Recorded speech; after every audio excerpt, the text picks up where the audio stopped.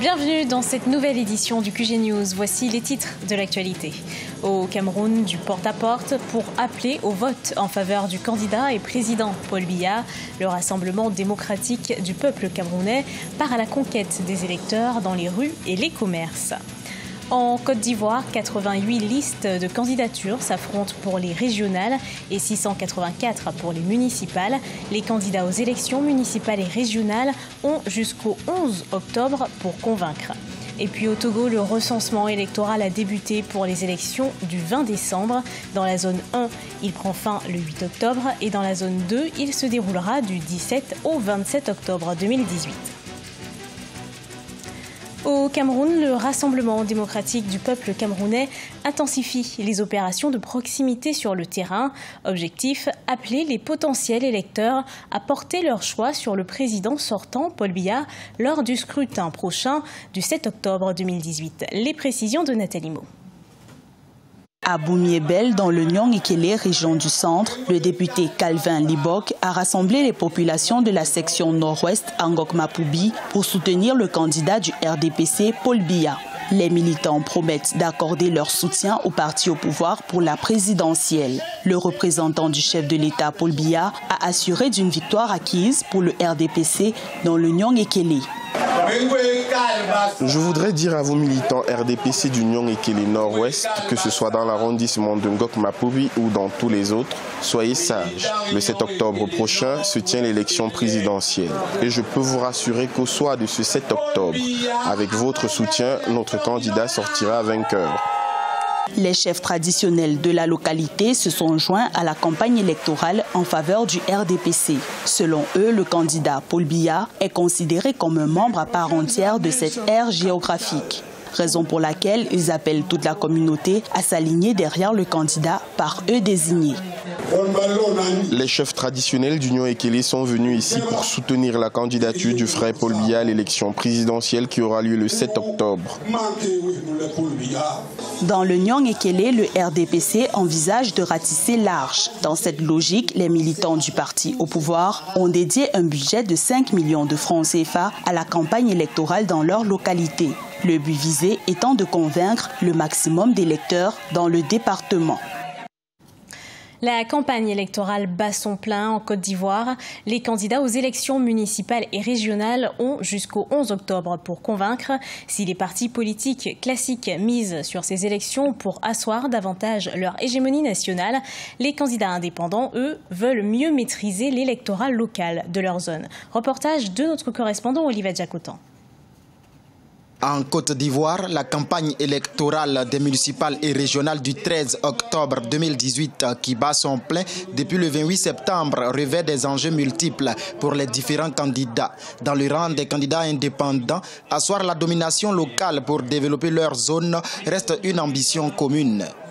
Nous sommes venus pour faire une certaine cohésion, une certaine union autour d'une vision partagée pour que cette région puisse tirer le meilleur profit de ses atouts et faire en sorte que d'ici 5 ans ou 10 ans, nous ne soyons plus à la place où nous sommes aujourd'hui. Nous sommes ici sur un sujet qui touche le développement local, donc qui touche la proximité, et nous ne pouvons pas accepter que les décisions se prennent à 1000 km de nos régions, à 500 km de nos régions. Les décisions doivent être prises localement, les choix doivent être faits localement. Pour les partis politiques classiques comme le RHDP unifié, le Parti démocratique de Côte d'Ivoire et le Front populaire ivoirien, ces joutes électorales servent à préparer la présidentielle de 2020.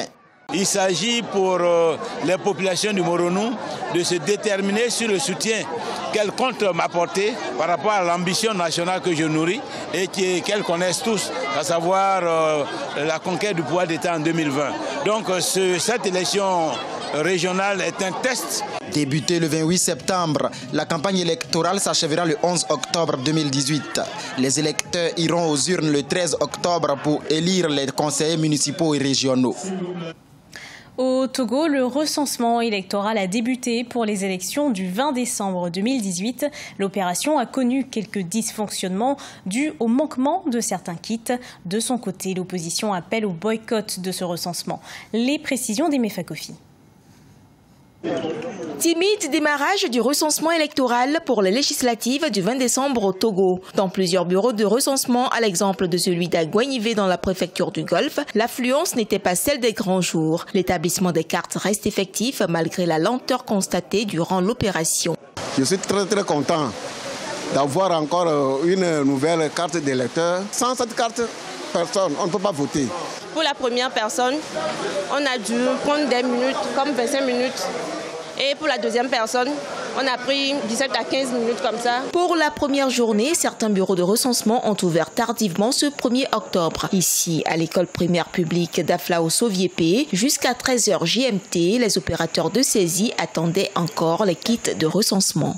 Les gens sont tellement nombreux de manière que nous leur disons qu'on n'a pas encore commencé le travail et ils se sont retournés. Il y a certains qui se sont quand même fâchés contre ce désagrément. Ces petits soucis du démarrage sont tout à fait normaux. Tout ce qui nous remonte de l'intérieur du pays, ce sont pratiquement les mêmes soucis. Mais globalement, tout se passe très bien. Le recensement dans la première zone prend fin le 8 octobre. Dans la zone 2, il court du 17 au 27 octobre 2018. La coalition de l'opposition a appelé au boycott de cette opération de recensement.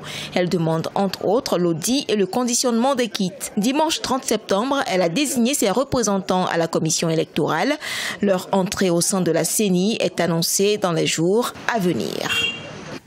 En République démocratique du Congo, les tensions sont vives entre l'ONU et le gouvernement congolais.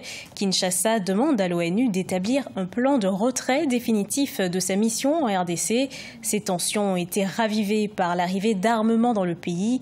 Selon l'armée congolaise, le déploiement de ce nouveau bataillon onusien se serait fait sans concertation.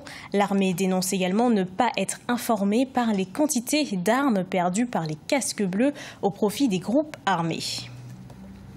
Du sport à présent avec l'organisation de la Coupe d'Afrique des Nations de football 2019. Elle se fera en terre camerounaise. Le président de la Confédération africaine de football, Ahmad Ahmad, a été reçu en audience ce mardi 2 octobre 2018 par le président de la République du Cameroun, Paul Biya. Les précisions de Viviane Bauken. Le Cameroun organisera la Coupe d'Afrique des Nations de football Cameroun 2019. Le président de la Confédération africaine de football, Ahmad Ahmad, l'a confirmé ce mardi 2 octobre 2018 à sa sortie d'audience avec le président de la République du Cameroun, Paul Biya. La CAF n'a pas de plan B. La CAF n'a jamais réfléchi à un retrait de la CAN au Cameroun. Et c'est au Cameroun de nous dire, ce n'est pas nous qui organisons, c'est le Cameroun qui accueille cette compétition. C'est le Cameroun qui pourra nous dire demain, on est prêt. Ah non, donnez-nous le temps, on n'est pas prêt. Ça dépend du Cameroun, ce n'est pas de la CAF. Entre autres sujets abordés entre le président de la CAF et le président Paul Biya, la nouvelle vision de l'équipe dirigeante de la CAF. Pour Ahmad Ahmad, les responsables politiques africains devraient jouer leur partition pour soutenir le football, qui est un instrument de développement de la jeunesse. Notre vision actuellement, c'est de ne pas venir tout simplement demander à nos chefs d'État d'appuyer des compétitions, mais participer avec eux le développement du football même à la base, pour que, comme je vous dis, on peut utiliser le football pour stabiliser notre jeunesse qui est en désarroi. C'est un peu ça. Le président de la CAF, Ahmad, s'est dit satisfait de l'engagement du président Paul Biya à offrir aux talents du pays des cadres propices pour le développement de leurs compétences sportives. La visite s'est achevée avec une note positive, celle de l'achat par le gouvernement camerounais du centre technique de la CAF situé à Yaoundé. Ce journal a été préparé par l'ensemble de la rédaction. Merci de l'avoir suivi. Retrouvez dans un instant une nouvelle édition de l'actualité sur Africa 24.